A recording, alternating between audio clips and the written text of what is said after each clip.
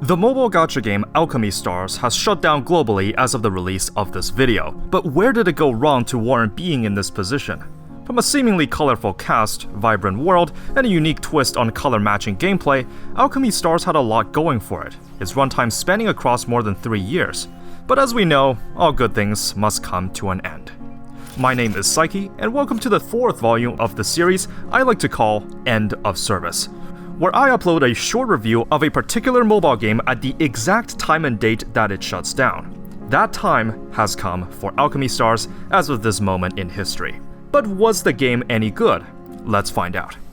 Before I start, I'd like to thank Kira on Discord for letting me use her account, as the weeks prior to the game's termination didn't allow for new registrations anymore. Alchemy Stars is developed by Tourdog Studio based out of China, with Level Infinite as its publisher, which is the international branch of Tencent Games in case you didn't know. This is the only game in Tourdog Studio's portfolio, so it's a fairly small team. Here's where the first piece of the puzzle began. Usually with gacha games, their local servers get prioritized before the overseas market, but for whatever reason, this game launched on the global servers first, with the CN server launching only a year before termination. Maybe they saw potential with the international market, which several games such as Wuthering Waves and Girls Frontline 2 have shown releasing globally can indeed increase the revenue of the game dramatically. But alas, Tourdog's little project wasn't able to pick up that much steam after all. Alchemy Stars launched for the global market exclusively in June of 2021. Meanwhile, the CN server made its debut in June of 2023. The termination date was set for January 24, 2025 for all servers. So what's the game about? Well, in the fictional fantasy world of Astra, inhabited by the people called Aurorians, you play as the Navigator, a faraway entourage and the sole survivor of a different race that's capable of communicating with giant airship creatures known as Colossus. After assisting some Aurorians with a skirmish with their rival beings known as Eclipsites, you join them and are thrust into the war while learning about the dealings of Aurorians in different sub-factions. I read through some of the main story chapters sprinkled throughout the game, and while the English translation felt a little bit off in the first couple scenes, it does get better later on. The game of Alchemy Stars kinda plays like a puzzle, with you matching colors to do maximum damage, but with a twist. You will arrange a team up to 5 Aurorians. There is a 4-element system dealing and taking 20 more damage to another. The battle starts with the game board composed of the 4 colors matching the element arranged at random. You drag a path anywhere on the squares adjacent to the starting position for any of the 4 elements. You can go in any of the cardinal or diagonal directions, and the longer your path, the more powerful your attacks will be. Whenever a unit passes by an enemy or is within range, they will perform a normal attack. When you've chained together a path for a certain amount of distance, the units can activate their skills.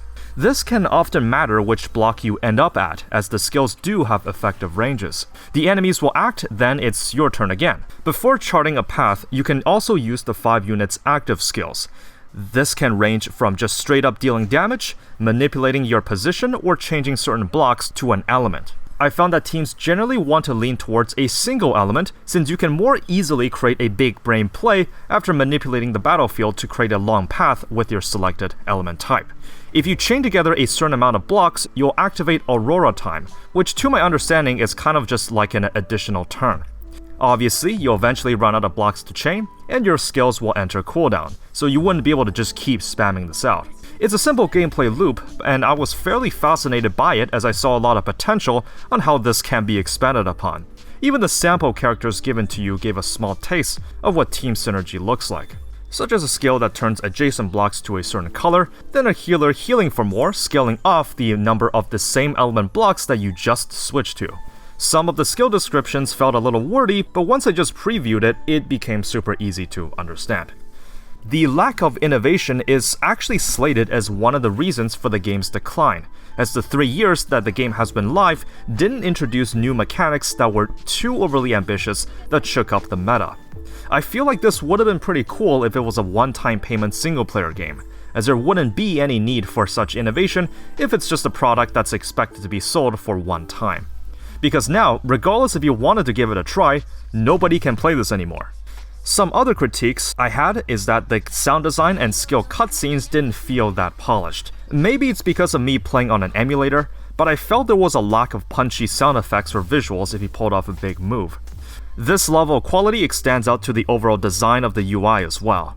While it's certainly passable, and newer gacha games tend to have a more sleek and modern feel to the UI. It didn't help that some of the older soundtracks played in mono sound, which certainly didn't up the overall quality. On the side, there is the Permanent Dungeons challenge where you can climb floors while beating levels of increasing difficulty, the Colossus tab where you manage your base. You got your usual suspects of passive resource generation, dispatch missions, and a way to transmute resources to another. I even saw a Side Stories tab, which I assume were the past archived events. Very good. Love to see limited time content becoming permanent. Apparently, these are only some of the events, so while not all of them is preserved, I still appreciate the effort. The Cloud Garden is a separate mode that's tucked away at the corner of the menu. The first time I saw it, I was actually surprised just how different of a mode this felt. In a nutshell, you'll run around in a chibi avatar exploring a 3D environment. It's sort of like an Animal Crossing side mode where you can build stuff and collect resources.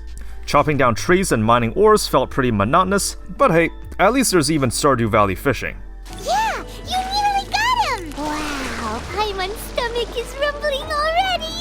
This was not the best received addition to the game when it came out, as it felt like a far cry from the usual style that the game had. Plus, due to the jankiness of mobile game optimization, and the base game not having this style of graphics, I was told that running this mode was a huge battery drain on phones.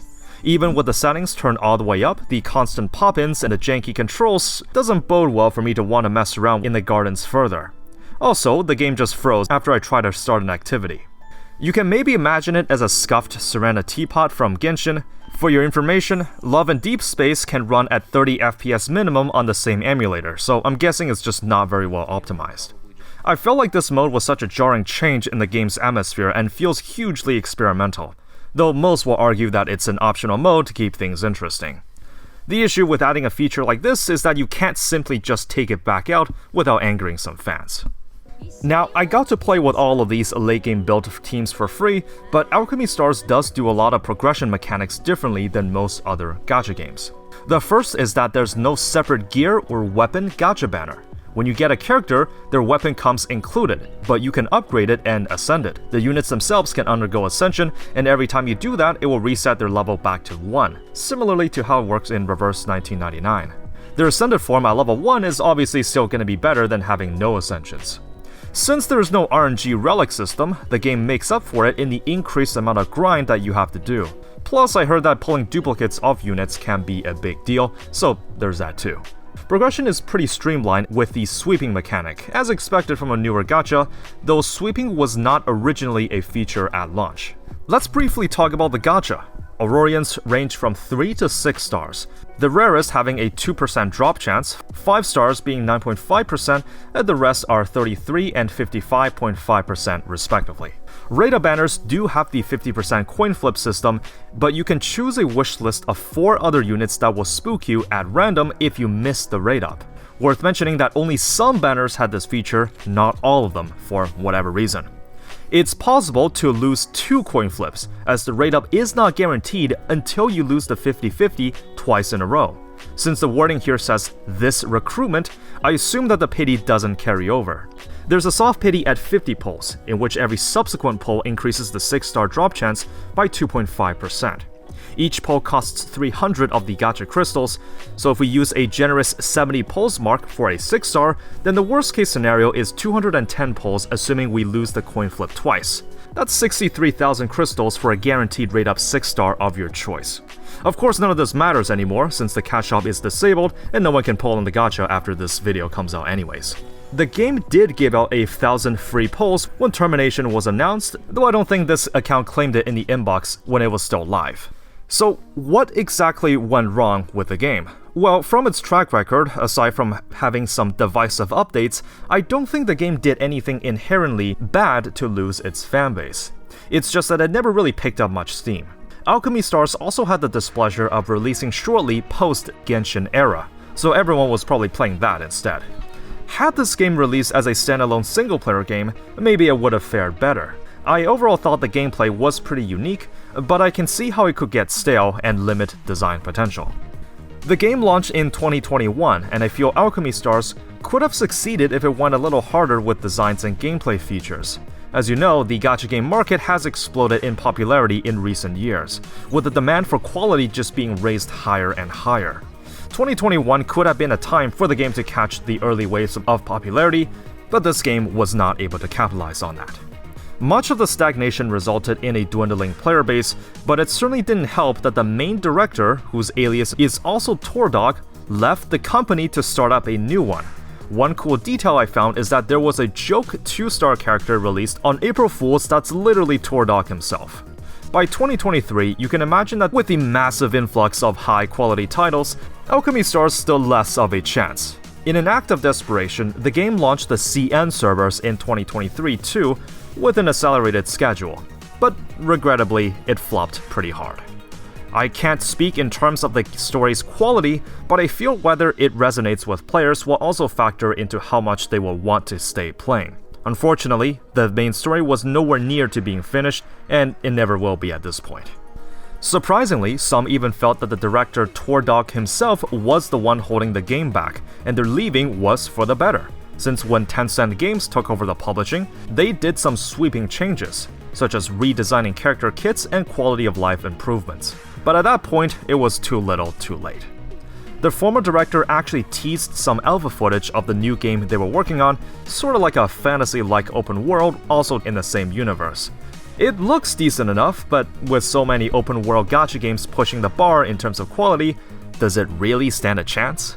It's uncertain what will become of the developers behind the original game, since it was their only entry. The former devs might be incorporated into Tencent or start another independent project. But if you ask me, I think this might be the end for Tourdog Studios. Luckily, an offline mode was announced for players that have already registered, being able to view and preserve their roster. The announcement came that you do need to already have an account in order to access the data. Once saved via a QR code, you can still log in after termination to see your built-up rosters and even the main story. The gameplay aspects and hard mode are available too. If you find someone else's saved data online, you can still play the entirety of the main story up to the point of termination. This is likely the best case scenario when it comes to an offline mode, as you can technically view someone else's account too, provided you have the QR code when you download the app. Nonetheless, huge respects for doing this, as it's something that they had to go out of their way to create. One last piece of content I want to talk about is the farewell event, a short story of the navigator saying goodbyes to their companions. There's no gameplay mode or anything, just a series of story cutscenes. Now, I have never touched Alchemy Stars before, but there's always something surreal witnessing the end of a journey like this. I have no emotional ties to any of the characters, but seeing them bidding their farewells reminds me that these live service games are not immortal. This will happen one day to every one of them. As the screen fades to black and the on-screen message declares its final moments, it almost makes me think, what if something like this happens to a game that I enjoyed? What if it happens to yours? The investments you made on your characters, the journeys you've experienced, the stories that you shared with the community. When a game shuts down, its spread of influence is over. There can never be new Alchemy Stars fans joining. The great world building and character designs, the beautifully composed soundtrack, all of these things will be eventually lost to time. What remains of its existing fanbase is all there ever will be. The numerous times I've interacted with smaller communities in these games tend to be very dedicated, and it can almost seem like part of your daily life is gone. In the end, from a lackluster management to a hyper-competitive environment, the game was not able to staunch its downfall. Alchemy Stars will leave behind a great legacy that only few will be able to pass on. Thank you for tuning in. If you enjoy watching other gacha-related content like this, you know what to do. And, as always, have fun out there.